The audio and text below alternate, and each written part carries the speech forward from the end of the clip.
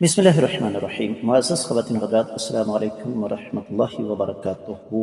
شریعت کا حکم یہ ہے کہ میاں بیوی آپس میں جدا نہ ہوں، لیکن جب حالات ایسا رخ اختیار کر جائیں کہ دونوں کا اکٹھے رہنا ممکن نہ ہو اور دوسری طرف مرد طلاق دینے کے لیے بھی رضامند نہ ہو، تو شریعت اسلامیہ عورت کو اجازت دیتی ہے کہ وہ خلا لے سکتی ہے۔ اس پر سابقہ سبق میں بات ہو چکی ہے۔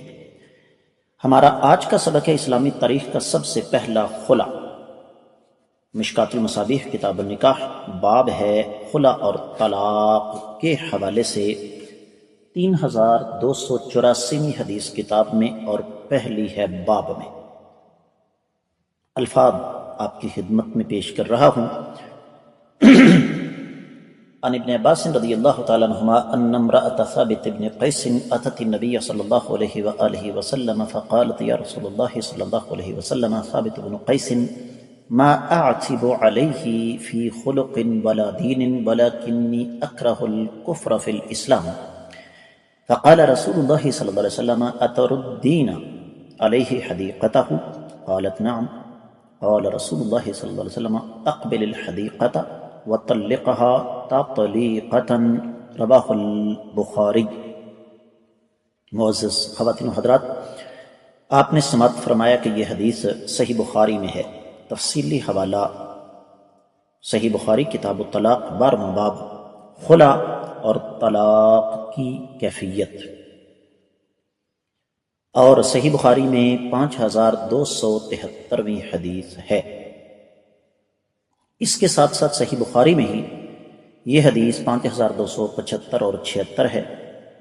امام نسائی کی کتاب سنن نسائی الصغریٰ میں 3493، سنن ابن ماجہ میں 2056 اور دیگر بہت ساری کتابوں میں یہ حدیث موجود ہے۔ تفصیلات میں جانے کی ضرورت نہیں۔ ترجمے کی طرف بڑھتے ہیں، کیونکہ حدیث کا تو آپ کو پتہ چل گیا، تمام تر شکوک و شبہات سے بالا تر ہے۔ سیدنا عبداللہ بن عباس رضی اللہ تعالیٰ عنہما سے روایت ہے کہ سیدنا ثابت بن قیس رضی اللہ تعالیٰ عنہ کی اہلیہ آقا علیہ السلام کی خدمت میں حاضر ہوئیں اور فرمانے لگیں کہ اے اللہ کے رسول صلی اللہ علیہ وسلم، مجھے ثابت بن قیس کی عادات اور دینداری پر کوئی اعتراض نہیں، لیکن میں اسلام میں نافرمانی کو ناپسند کرتی ہوں، یعنی شوہر کی نافرمانی۔ آقا علیہ السلام نے پوچھا کیا تم اس کا باغ واپس کر دو گی؟ اس نے عرض کیا جی ہاں۔ آقا علیہ السلام نے سیدنا ثابت سے کہا کہ باغ قبول کرو اور اسے ایک طلاق دے دو۔ معزز خواتین حضرات، جس طرح میں نے آپ کی خدمت میں عرض کیا کہ یہ اسلامی تاریخ کا سب سے پہلا خلا تھا۔ اب یہاں پر سوچنے والی بات یہ ہے کہ صحابیہ ایمان والی، جس کا مقصد اور ہدف دراصل آخرت کو سنوارنا ہے، جنت کا حصول ہے، وہ خلا لینے پر مجبور کیوں ہوں؟ جب ہم اس سلسلے میں احادیث مبارکہ کا جائزہ لیتے ہیں تو پتہ یہ چلتا ہے کہ دو چیزیں تھیں۔ ایک تو یہ کہ سیدنا ثابت رضی اللہ تعالیٰ عنہ کی طبیعت کے اندر جلال تھا، غصہ تھا، چھوٹی چھوٹی بات پر غصے میں آ جاتے تھے اور غصے میں پھر ہاتھ اٹھانے سے بھی باز نہیں آتے تھے۔ دوسری وجہ یہ تھی کہ وہ شکل و صورت کے اعتبار سے اتنے خوبصورت نہیں تھے جو معیار بیوی کو چاہیے ہوتا ہے۔ شکلیں تو ساری اللہ تعالیٰ نے بنائی ہوتی ہیں، لیکن اس کے باوجود شریعت عورت کو بھی اختیار دیتی ہے۔ تو جب اللہ کے رسول صلی اللہ علیہ وآلہ وسلم نے ساری کی ساری بات سنی تو آقا علیہ السلام اس نتیجے پر پہنچ گئے کہ یہ دونوں اب اکٹھے نہیں رہ سکتے۔ نتیجتاً نبی کریم صلی اللہ علیہ وآلہ وسلم نے خلا کروا دیا اور اس کی شکل یہی بنائی کہ سیدنا ثابت رضی اللہ تعالیٰ عنہ کو حکم دیا کہ آپ انہیں ایک طلاق دے دیں۔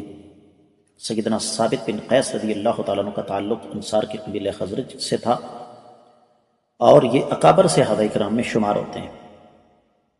اور یہ جو لفظ ہے نا کہ میں اسلام میں کفر سے ڈرتی ہوں یا اس کو ناپسند کرتی ہوں، اس سے مراد ناشکری ہے کہ میں یہ نہیں چاہتی کہ اس آدمی کے نکاح میں رہوں۔